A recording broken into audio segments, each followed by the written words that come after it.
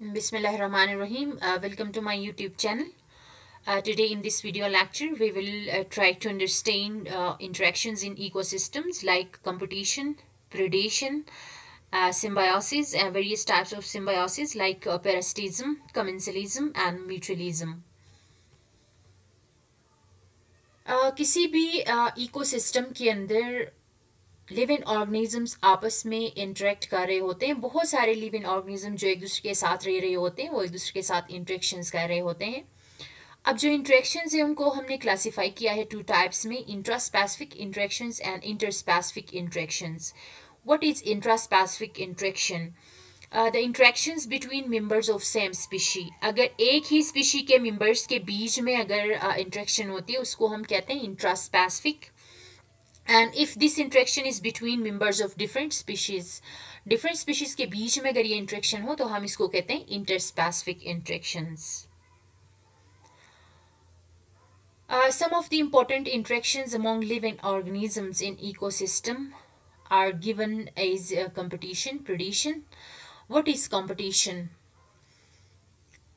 किसी भी इकोसिस्टम के अंदर जो न्यूट्रिएंट्स और स्पेस होता है, जो नेचुरल रिसोर्सेज होते हैं, वो शॉर्टली इन्वायरमेंट की तरफ से उनको सप्लाई होती है या इन्वायरमेंट से उनको न्यूट्रिएंट्स भी मिलते हैं, स्पेस भी मिलता है शॉर्ट टर्म के लिए। लेकिन फिर अगर ऑर्गेनिजम्स जो है ज़्यादा रिसोर्सेज को यूटिलाइज करना चाहते हैं तो वहाँ पे फिर ये कंपटीशन की बात आ जाती है। Competition among the organisms of ecosystem for utilisation of resources. Competition again intraspecific competition भी हो सकता है, इंटरस्पेसिफिक भी हो सकता है, within members of same species भी हो सकता है, या फिर between the members of different species भी ये हो सकता है। और इंट्रास्पेसिफिक कंपटीशन के बारे में ये कहते हैं कि it is more stronger and more severe than that of interspecific competition. और यही कंपटीशन एक तरह से लिविंग ऑर्गेनिजम्स के लिए हेल्प कर रहा होता है कि वो बैलेंस मेंटेन रखें रिसोर्सेज और नंबर ऑफ इंडिविजुअल्स के दरमियान। क्योंकि नंबर ऑफ जब जो रिसोर्सेज है वो कम होते जाते हैं तो नंबर ऑफ इंडिविजुअल्स के भी कम होने के चांसेस होते हैं। तो ये नेचुरली कंपटीशन जो है वो हर लिविंग ऑर्गेनिज्म जो है वो कंपटीशन में आ जाता है just for maintaining the balance between available resources and number of individuals of species. And after that what is predation? Predation का आपने सुना होगा कि it is again interaction between two animals of different species और between plants and animals. Plant या animal के बीच में भी प्रेडिशन होती है या फिर between two animals of different species के एनिमल्स के बीच में भी ये प्रेडिशन होती है। एक ऑर्गेनिज्म को हम प्रेडेटर कहते हैं जो कि अटैक करता है, जो किल करता है और फीड करता है दूसरा ऑर्गेनिज्म के ऊपर। जिस ऑर्गेनिज्म के ऊपर ये फीड करता है उसको हम प्रे कहते हैं। प्रे वो ऑर्गेनिज्म जिसके ऊपर वो फीड करता है, और एक वो ऑर्गेनिज्म जो अटैक करता है, किल करता है, उसको हम प्रेडिटर कहते हैं। For example, frog preys upon mosquito and fox preys upon rabbit. तो फ्रॉग आपके पास प्रेडिटर है और मॉस्किटो आपके पास प्रे है।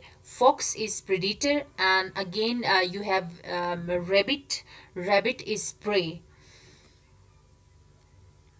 तो यहाँ पे एक और चीज़ है कि predator one, predator two, predator three भी हम कहते हैं कि अगर फिर ये सीरीज में एक दूसरे को अगर ये खा लेते हैं तो उसको हम प्रेडिटर वन कहते हैं। फॉर एग्जांपल, फ्रॉग जो है वो मॉस्किटो के ऊपर फीड करता है या उसको खा लेता है तो फ्रॉग इज प्रेडिटर वन। और फिर अगर स्नेक फ्रॉग को खाता है तो स्नेक इज प्रेडिटर टू। और फिर अगर ईगल जो है वो स्नेक को खाता है तो ईगल इज प्रेडिटर थ्री। तो एक से ज्यादा भी सीरीज में जो है वो प्रेडिटर्स एक दूसरे के ऊपर फीड कर सकते हैं। In addition to these animals, we have some types of plants which are also acting as predators, like certain plants. Pitcher plant है जिसमें sundew है, Venus flytrap आपने सुना होगा. These plants are acting as carnivores. इनको हम carnivores भी कहते हैं और they live as predators. रहते ये predators की तरह हैं, उनको हम carnivores भी कहते हैं. क्यों कहते हैं? These are a specific type of plants which which feed on certain type of insects के ऊपर ये feed करते हैं. इस वजह से इनको हम predators कहते हैं या फिर carnivores कहते हैं. इन क्योंकि ऐसे प्लांट्स के बारे में कहते हैं कि such plants live in area where minerals and other nutrients are absent. ऐसी जगह ये रहते हैं जहाँ पे मिनरल्स कम होते हैं, इसलिए ये इंसेक्ट्स के ऊपर फीड करते हैं ताकि वो अपना नाइट्रोजन की जो रिक्वायरमेंट है उसको पूरा करें. अब मैकेनिज्म क्या है कि ये प्लांट्स क्या करते हैं, उन इंसेक्ट्स को अपनी तरफ पहले अट्रैक्ट करते हैं. ये नेक्टर स्क्रीट करते हैं जिसकी वजह से ये इंसेक्ट्स इनकी तरफ आ जाते हैं, अट्रैक्ट होके आ जाते हैं. उसके बाद फिर ये उनको अपने लीफ के अंदर लपेट के उनको ट्रैप करके जो है ट्रैप कर लेते हैं. आफ्टर दैट फिर वो एंजाइम स्क्रीट करते हैं प्लांट्स, जिनकी वजह से उस इंसेक्ट की डाइजेशन होती है या ब्रेक डाउन हो जाती है और वहाँ से फिर वो अपने न्यूट्रिएंट्स ले लेते हैं. ये जो है ये यूनिक कैरेक्टर है प्लांट्स का, जो कि एज प्रेडेटर के तौर पे या कार्निवोर्स के तौर पे ये एक्ट कर रहे हैं.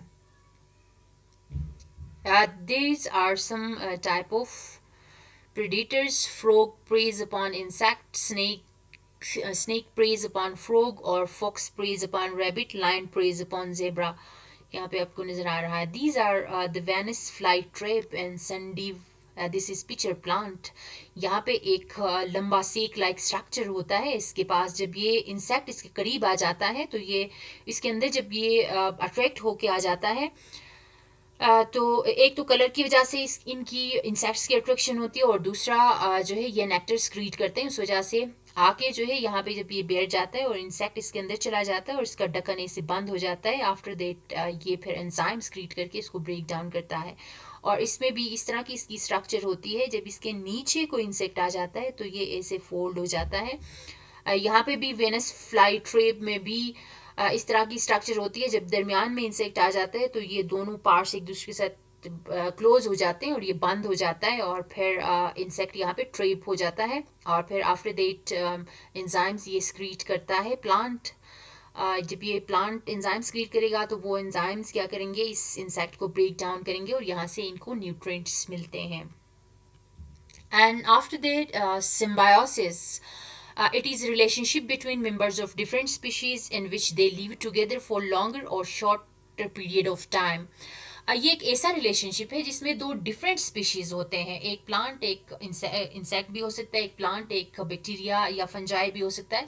तो ये दो डिफरेंट किस्म के जो है वो स्पीशीज होते हैं जिसमें वो कम टाइम के लिए, शॉर्ट पीरियड ऑफ टाइम के लिए वो एक साथ रह रहे होते हैं, या फिर लॉन्ग पीरियड ऑफ टाइम के लिए भी ये एक साथ रह रहे होते हैं. We have different types of symbiosis like parasitism, mutualism and commensalism.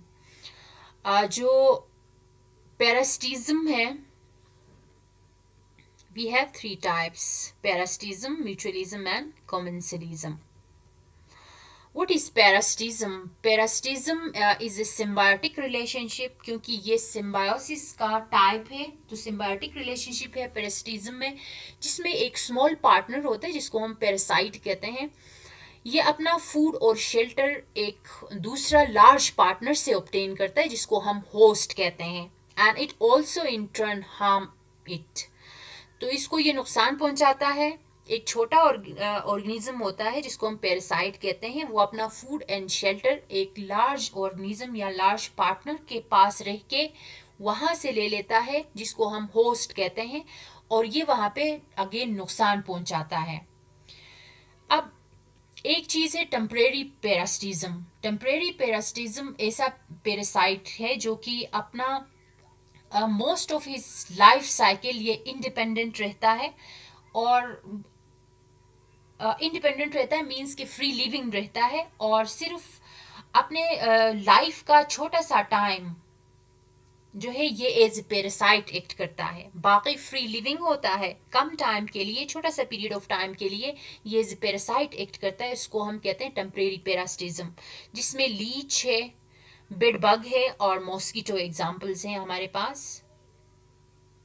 And in permanent case, permanent parasitism mostly हमारे पास जो बैक्टीरिया और वायरसेस होते हैं ये तकरीबन उनकी पूरी ज़िंदगी में होल लाइफ साइकिल जो है ये एज ए पेरासाइट एक्ट करते हैं। ये फ्री लिविंग नहीं होते, ये हमेशा हमेशा होस्ट के ऊपर ही डिपेंडेंट होते हैं, या होस्ट के ऊपर वो अपनी पूरी लाइफ साइकिल या पूरी लाइफ होस्ट के अंदर ही गुजारते हैं। तो उसमें बेस्ट एग्जांपल्स हमारे पास वायरसेस वगैरह हैं।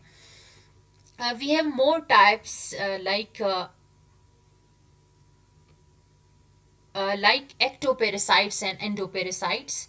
एक्टोपेरासाइट जिस तरह नाम से लग रहा है, they can live outside the body. Host की बॉडी के बाहर का जो सरफेस होता है उस पे ये रहते हैं, जिसमें हमारे पास मॉस्किटोज वगैरह, लाइस वगैरह, जो जुएं वगैरह हैं, वो एग्जाम्पल्स है एक्टोपेरासाइट्स के। और जो एंडोपेरासाइट्स हैं वो जो भी होस्ट होता है उसकी बॉडी के अंदर ही ये फूड और शेल्टर अपना ऑब्टेन कर रहे होते हैं, इस वजह से हम इनको एंडोपेरासाइट्स कहते हैं। जिसमें आपने टेप वार्म वगैरह सुना होगा, जो पेट के कीड़े वगैरह होते हैं, एस्कैरिस वगैरह, प्लाज्मोडियम वगैरह, they are examples of endoparasites. In addition to animals, plants भी कुछ प्लांट्स भी पैरासिटिज्म शो करते हैं, पैरासाइट के तौर पे एक्ट करते हैं।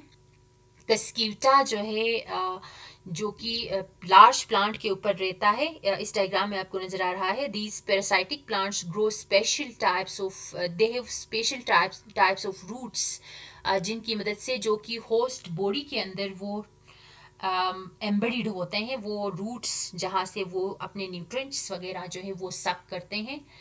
तो इसी तरह से जो है प्लांट्स भी होते हैं which are acting as a parasites.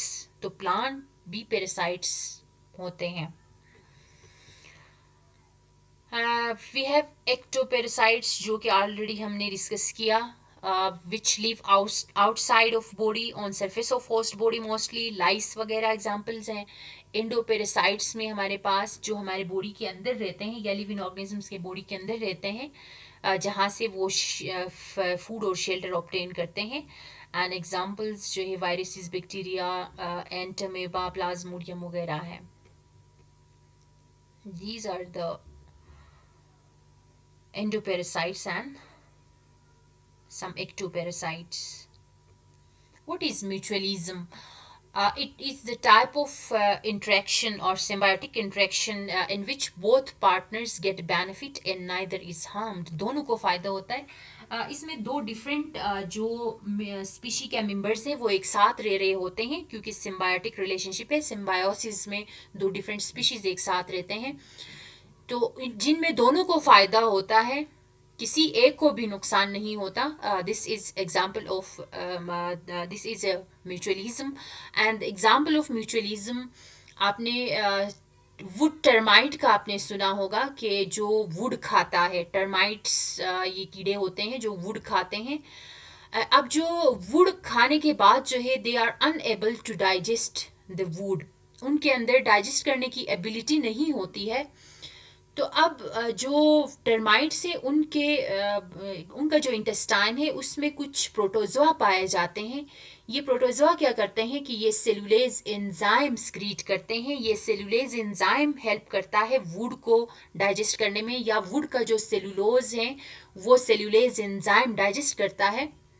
तो अब यहाँ पे देखें कि जो प्रोटोजोन्स हैं उनको भी फ़ायदा पहुंच रहा है, क्योंकि उसको शेल्टर और फूड मिल रही है। और जो टर्माइट है, टर्माइट के लिए भी ये हेल्प हो रहा है कि वो वुड को डाइजेस्ट नहीं कर सकता था, तो ये cellulase protozoa cellulase enzyme create करेगा, जिसकी वजह से वो ईजिली वुड को भी डाइजेस्ट करेगा।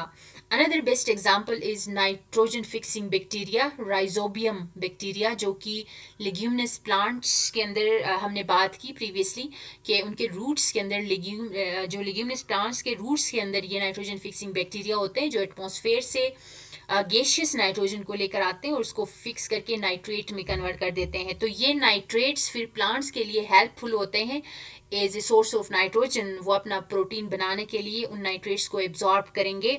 और दूसरा जो है ये नाइट्रीफाइंग बैक्टीरिया को न्यूट्रिएंट्स भी मिल रहे हैं, शेल्टर भी मिल रहा है। तो अगेन दोनों को जो है वो फायदा पहुंच रहा है। This is again second example of mutualism. And what is commensalism? It is again symbiotic relationship in which one partner is benefited while the other is neither benefited nor harmed. एक को फायदा पहुंच रहा है, दूसरे के ऊपर कोई फर्क नहीं पड़ रहा, ना नुकसान हो रहा है दूसरे को, ना फायदा पहुंच रहा है. Examples are sucker fish attached to surface of sharks by its sucker. तो शार्क के बॉडी सरफेस के ऊपर सकर फिश अटैच होता है. This sucker in the shark provides easy support to the sucker fish to new feeding ground. तो यहाँ पे shark को फायदा पहुंच रहा है और ये जो सकर फिश है उसके लिए कोई फायदा या नुकसान नहीं पहुंच रहा, वो अनएफेक्टेड रह रहा है. Another example is epiphytes, which are small plants found growing on large plants for space only. तो जो एपीफाइट्स हैं ये छोटे छोटे प्लांट्स होते हैं जो कि लार्ज प्लांट्स के ऊपर ये रह रहे होते हैं. They absorb water and minerals from atmosphere. ये प्लांट से वो एब्जॉर्ब नहीं करते हैं मिनरल्स, बल्कि वो डायरेक्टली एटमॉस्फेयर से ही न्यूट्रिएंट्स एंड मिनरल्स न्यूट्रिएंट्स जो है ये एटमॉस्फेयर से ही ये ऑब्टेन करते हैं. मतलब कार्बन डाइऑक्साइड ऑब्टेन करते हैं और फिर ये अपना फूड खुद ही बनाते हैं. जो छोटे प्लांट्स हैं वो अपने फूड के लिए उस प्लांट के ऊपर डिपेंडेंट नहीं है, तो एज उनको शेल्टर मिल रही है. बाकी दूसरा जो लार्ज प्लांट है उसके ऊपर कोई फर्क नहीं पड़ रहा. Thank you so much for watching my video. These are some examples.